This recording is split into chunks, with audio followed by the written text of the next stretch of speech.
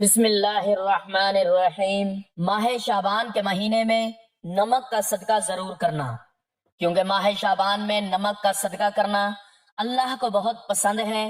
طریقہ یہ ہے، محترم ناظرین، ماہ شعبان اسلامی سال کے بابرکت مہینوں میں سے ایک ہے جسے اللہ تعالیٰ نے خصوصی فضیلت اور عظمت عطا فرمائی۔ یہ وہ مہینہ ہے جس میں نیکیوں کے دروازے عام دنوں کی نسبت زیادہ کھل جاتے ہیں اور چھوٹے چھوٹے اعمال بھی اللہ کی بارگاہ میں بڑے اجر کا سبب بن جاتے ہیں۔ اسی مبارک مہینے میں ایک ایسا سادہ مگر انتہائی مؤثر عمل بتایا گیا ہے، اسے اکثر لوگ معمولی سمجھ کر نظر انداز کرتے ہیں، حالانکہ اس کی قبولیت اور پسندیدگی اللہ تعالیٰ کے ہاں بہت زیادہ ہے، اور وہ ہے نمک کا صدقہ۔ ناظرین، صدقہ ہمیشہ مصیبتوں کو ٹالتا اور رزق میں برکت کا سبب بنتا ہے۔ ماہ شعبان میں نمک کا صدقہ کرنا ایک خاص روحانی اثر رکھتا ہے۔ نمک جو ہماری روزمرہ زندگی کی ایک معمولی سی چیز ہے، جب اللہ کی رضا کے لیے صدقہ کیا جائے تو یہ بڑے بڑے مسائل کے حل، بلاؤں سے حفاظت اور گھریلو سکون کا ذریعہ بن جاتا ہے۔ یہ عمل اس بات کی یاد دہانی بھی ہے کہ اللہ تعالیٰ کو ہمارے مال کی کثرت نہیں بلکہ نیت کا خلوص اور دل کی سچائی محبوب ہے۔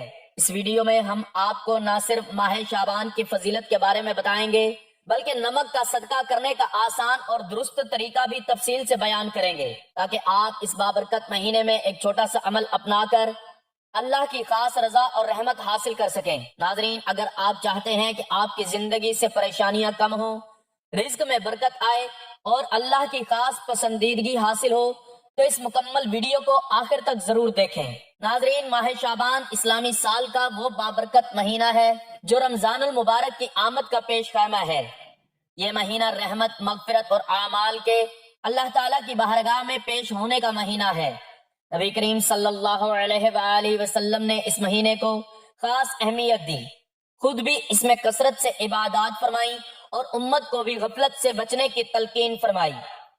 افسوس کہ بہت سے لوگ رجب کے بعد اور رمضان سے پہلے اس مہینے کو معمولی سمجھ کر نظر انداز کر دیتے ہیں، حالانکہ یہ وہ مہینہ ہے جس میں بندے کے اعمال رب کریم کے حضور پیش کیے جاتے ہیں۔ محترم ناظرین، صدقہ اسلام کی روح ہے۔ یہ محض مالی ادائیگی کا نام نہیں بلکہ دلوں کو پاک کرنے، رزق کو بڑھانے، بیماریوں کو دور کرنے اور بلاؤں کو ٹالنے کا ایک ایسا مؤثر ذریعہ ہے جو اللہ تعالیٰ کے بے شمار انعامات کو انسان کی طرف متوجہ کرتا ہے۔ صدقے کے ذریعے نہ صرف دنیاوی مصائب ختم ہوتے ہیں بلکہ انسان آخرت میں بھی اللہ کے خاص فضل کا مستحق ٹھہرتا ہے۔ اسی صدقہ میں ایک چھوٹا مگر عظیم عمل نمک کا صدقہ دینا، خاص طور پر جب یہ صدقہ ماہ شعبان میں ادا کیا جائے تو اس کی روحانی طاقت کئی گنا بڑھ جاتی ہے۔ اب سوال یہ ہے کہ نمک جیسی معمولی اور عام چیزوں کو صدقے کے طور پر کیوں پیش کیا جائے؟ کیا اس میں واقعی روحانی طاقت ہے؟ تو اس کا جواب یہ ہے کہ اسلام میں کوئی بھی چیز معمولی نہیں جب نیت خالص ہو اور عمل سنت کے مطابق ہو۔ نمک وہ چیز ہے جسے نبی کریم صلی اللہ علیہ وآلہ وسلم نے کھانے سے پہلے اور بعد میں استعمال فرمایا۔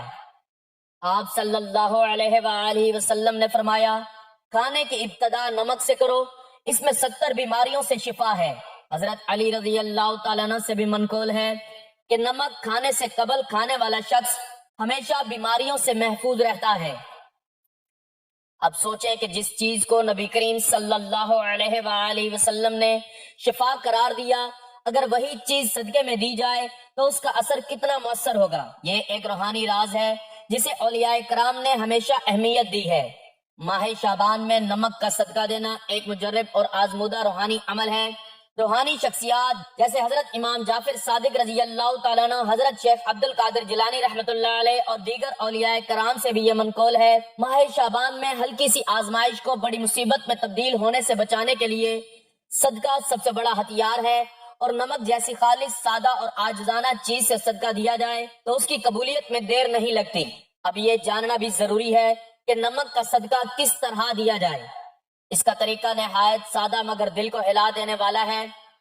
ایک شخص روزانہ کم از کم ہفتے میں ایک بار سفید یا کالا نمک جو سادہ ہو، خوشبودار یا زعفرانی نہ ہو، کسی فقیر، مستحق، یتیم یا بیمار کو اللہ کی رضا کے لیے دے دے، اور دل میں یہ نیت کہ اے اللہ، میں اس صدقے کے ذریعے اپنے گناہوں، مصیبتوں اور تنگ دستیوں کو دور کرنے کے لیے تجھ سے مدد مانگتا ہوں، تو اللہ تعالیٰ کے فضل سے ایسی برکت نازل ہوتی ہے کہ کچھ دنوں میں اس کے حالات بدلنے لگتے ہیں۔ اسی عمل کی بدولت لوگوں نے دیکھا کہ بند کاروبار دوبارہ چلنے لگا، قرض داروں نے قرض اتارنا شروع کر دیا، بیماریوں میں افاقہ ہونے لگا، گھروں کے جھگڑے ختم ہونے لگے، ٹوٹے رشتے جڑنے لگے، اور سب سے بڑھ کر یہ کہ دل کو سکون اور روح کو طمانینت حاصل ہوئی۔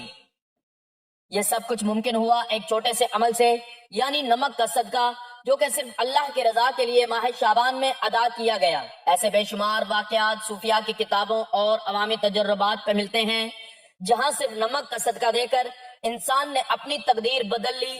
یہ اللہ کا فضل ہے کہ وہ معمولی سے عمل میں بھی اپنی رحمت ڈال دیتا ہے۔ صدقہ و خیرات کا عمل ویسے تو پورے سال باعث اجر ہے، لیکن بعض اوقات، بعض مہینے، بعض حالات اور بعض نیتیں ایسی ہوتی ہیں جو معمولی عمل کو بھی غیر معمولی بنا دیتی ہیں۔ ماہ شعبان میں صدقہ کرنا اسی زمرے میں آتا ہے۔ ماہ شعبان میں نمک کا صدقہ نیت اور عاجزی سے کرنا ایک بابرکت عمل بن جاتا ہے، خاص طور پر جب یہ صدقہ بیماریوں، آفات اور بلاؤں سے حفاظت کی نیت سے کیا جائے۔ حضرت اسامہ بن زید رضی اللہ تعالیٰ عنہ فرماتے ہیں، میں نے عرض کیا، یا رسول اللہ صلی اللہ علیہ وآلہ وسلم، میں آپ کو شعبان کے علاوہ کسی اور مہینے میں اتنے نفلی روزے رکھتے نہیں دیکھتا۔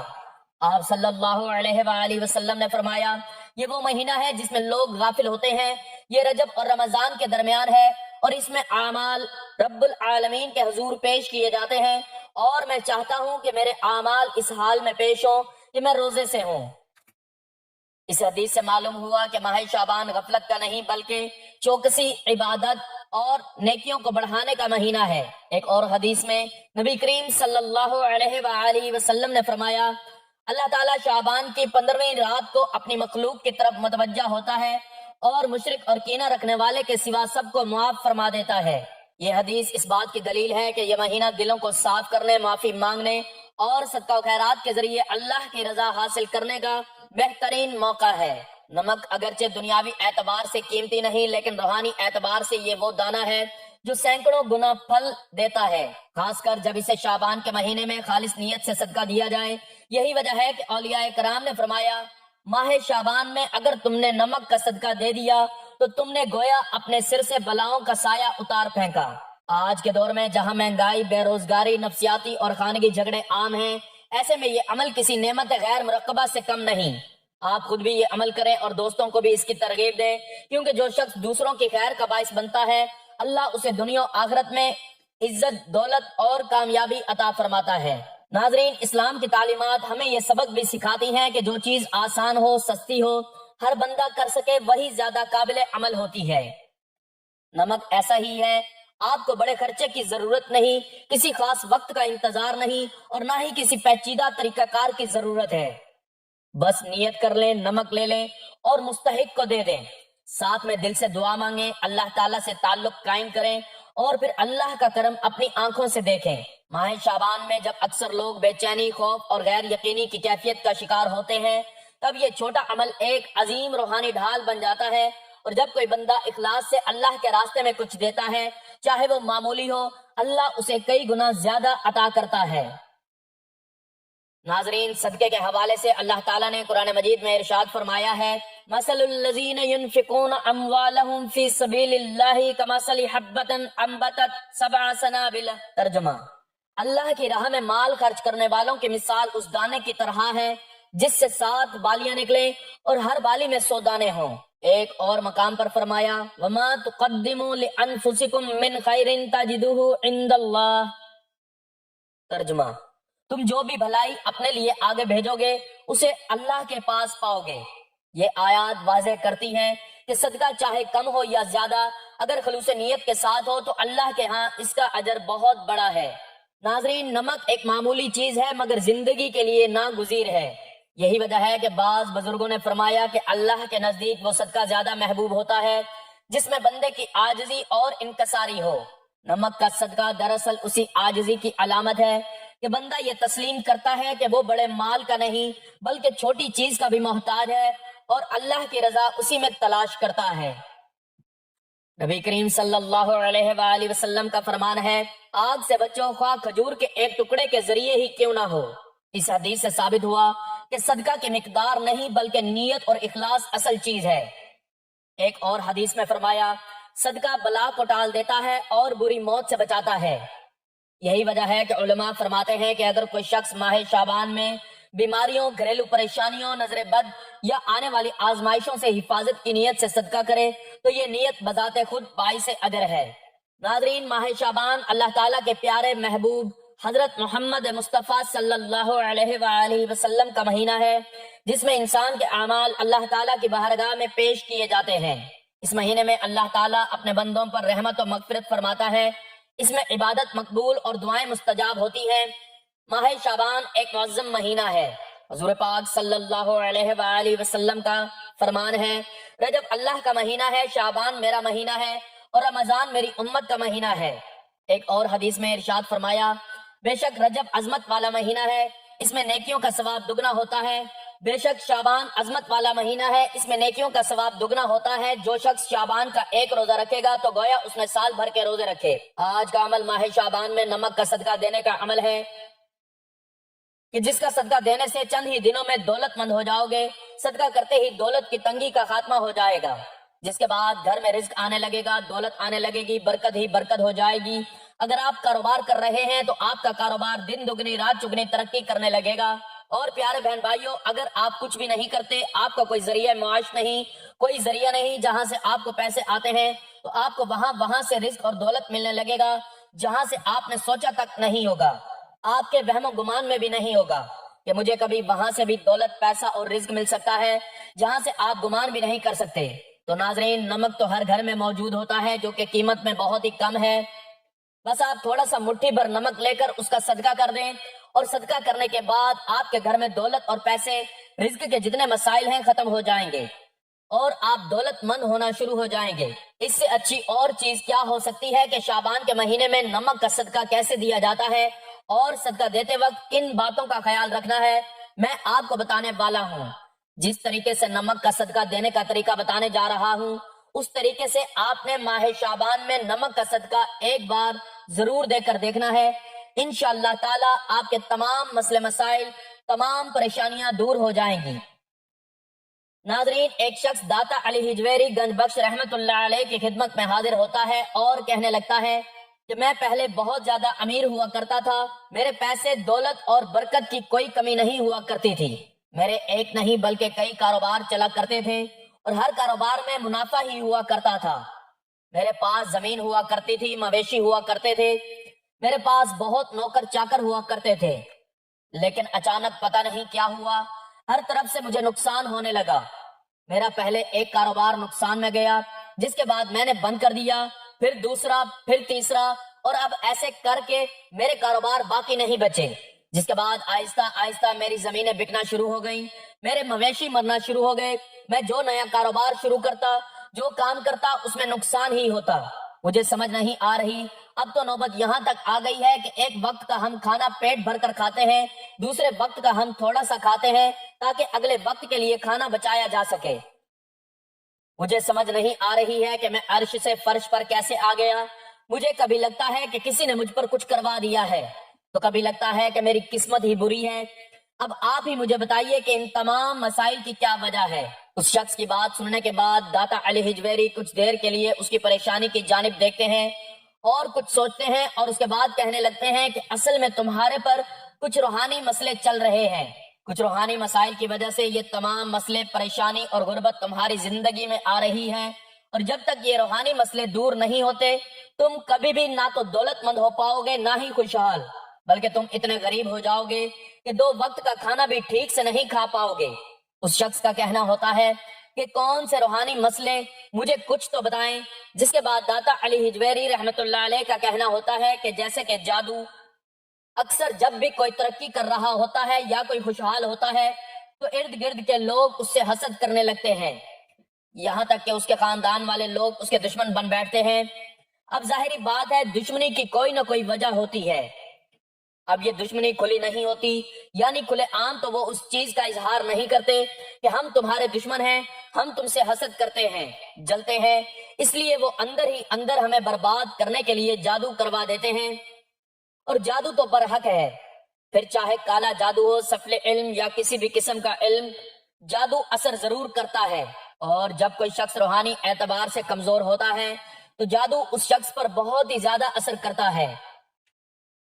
اسی طرح حسد کے مارے رشتہ دار بندش کروا دیتے ہیں۔ پیارے بہن بھائیوں، بندش کا عمل کروانا اتنا آسان ہے کہ آپ اندازہ نہیں لگا سکتے۔ ویسے تو بندش کا عمل کئی طریقوں سے کیا جا سکتا ہے، لیکن بندش کرنے کا ایک طریقہ یہ بھی ہے کہ ایک تالا لیا جاتا ہے، اس تالے پر اس شخص کا نام لکھا جاتا ہے جس پر بندش کروانی ہوتی ہے، اور ایک لفظ کو 7 بار پڑھا جاتا ہے۔ وہ لفظ کیا ہے میں آپ کو نہیں بتاؤں گا، کیونکہ اکثر لوگ اس کا غلط استعمال کر سکتے ہیں۔ جیسے ہی 7 بار وہ لفظ اس تالے پر پڑھا جاتا ہے، تالے کو بند کر دیا جاتا ہے اور اس تالے کو یا تو کنویں یا پھر ندی میں پھینک دیا جاتا ہے، اور جب تک یہ تالا کنواں یا ندی میں موجود رہتا ہے اور کھول کر اس تالے کو پھینکا نہیں جاتا ندی اور کنویں سے، تو بندش ہوتی رہتی ہے۔ پھر اگر بندش کاروبار پر کروا دی گئی ہے تو کاروبار نہیں چلے گا، رشتے پر کروا دی گئی ہے تو رشتہ نہیں ہوگا۔ اس کے باوجود کہ لڑکا اور لڑکی بہت خوبصورت اور اعلیٰ تعلیم یافتہ ہی کیوں نہ ہو، اس بندش کا عمل بھی بے حد خطرناک ہے۔ لیکن ماہ شعبان میں نمک کا صدقہ دینے سے کتنا ہی سخت جادو ہو یا بندش ہو، سخت سے سخت جادو اور بندش ختم ہو جاتی ہے۔ اسی طرح اگر نظر بد کی وجہ سے تمام مصیبتیں اور پریشانیاں آ رہی ہیں تو نمک کا صدقہ دینے سے نظر بد اتر جاتی ہے۔ ناظرین، نمک کا صدقہ دینے کے لیے آپ نے بالکل تھوڑا سا نمک لے لینا ہے۔ بے شک آپ 1 چمچ لے لیں یا 1 مٹھی نمک لے لیں، جتنا مرضی آپ نمک لے لیں، بس آپ نے تھوڑا سا نمک لے کر اسے ایک کٹوری میں ڈال کر اپنے سامنے رکھ لینا ہے۔ اور ایسا کوئی گھر نہیں جہاں نمک موجود نہیں ہوتا، کیونکہ ہر گھر میں ہی کھانا پکانے کے لیے نمک کا استعمال کیا جاتا ہے۔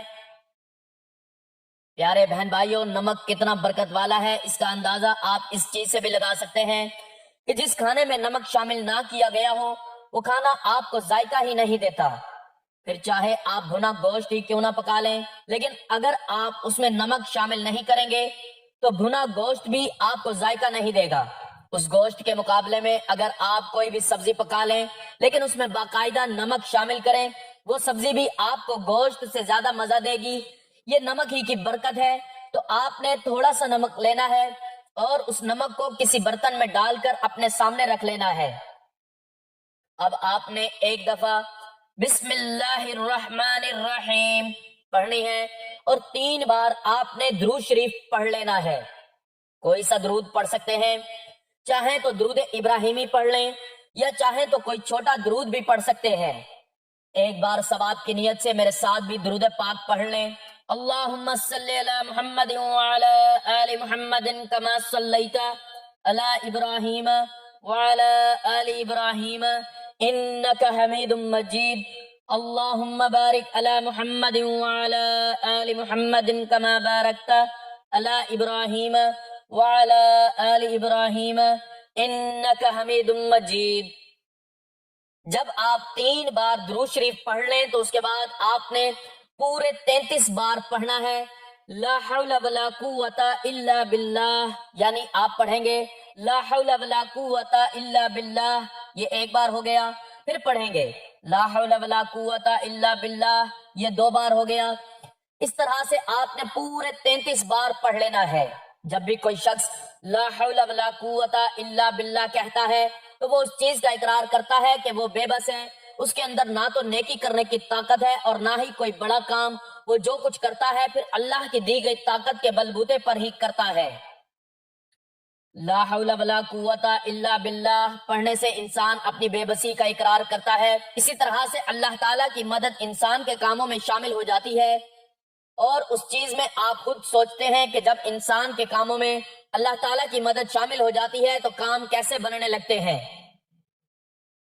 اس لیے اگر آپ کے بھی کام نہیں بنتے، مشکلیں پریشانیاں آ جاتی ہیں، رکاوٹیں بہت آتی ہیں، تو کوشش کیا کریں کہ لا حول ولا قوت الا باللہ پڑھ کر اللہ تعالیٰ سے مدد طلب کیا کریں، اپنے کاموں میں آسانیاں پیدا کریں۔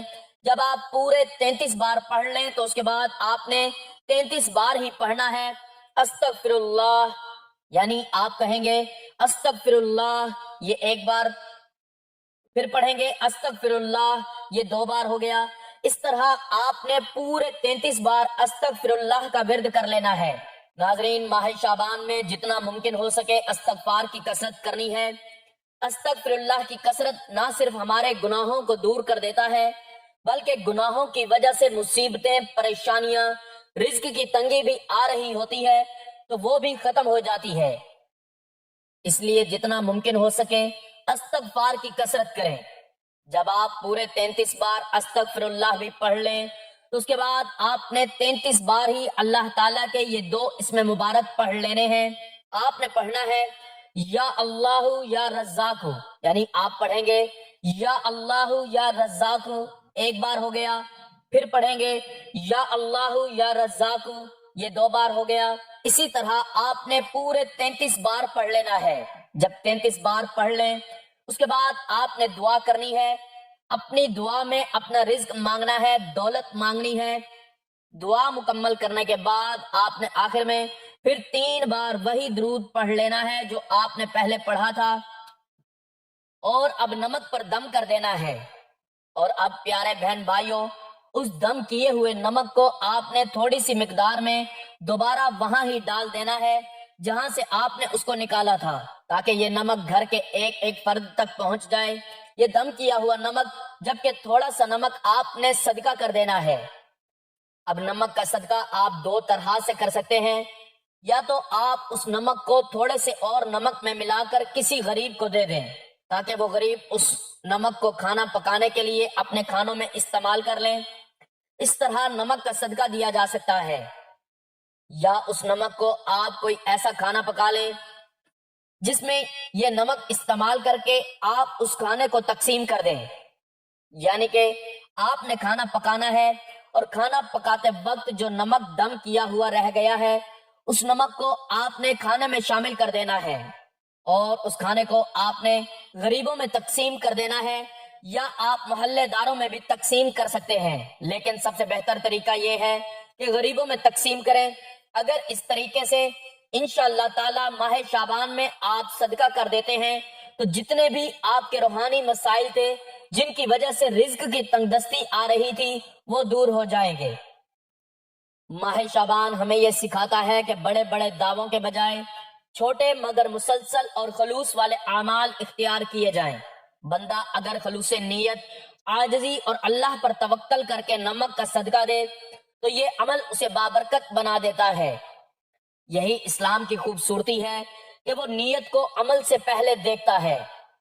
اللہ تعالی ہمیں ماہ شعبان کی قدر کرنے، صدقہ و خیرات کے ذریعے اپنے دلوں کو پاک کرنے اور رمضان المبارک کے لیے خود کو تیار کرنے کی توفیق عطا فرمائے، آمین۔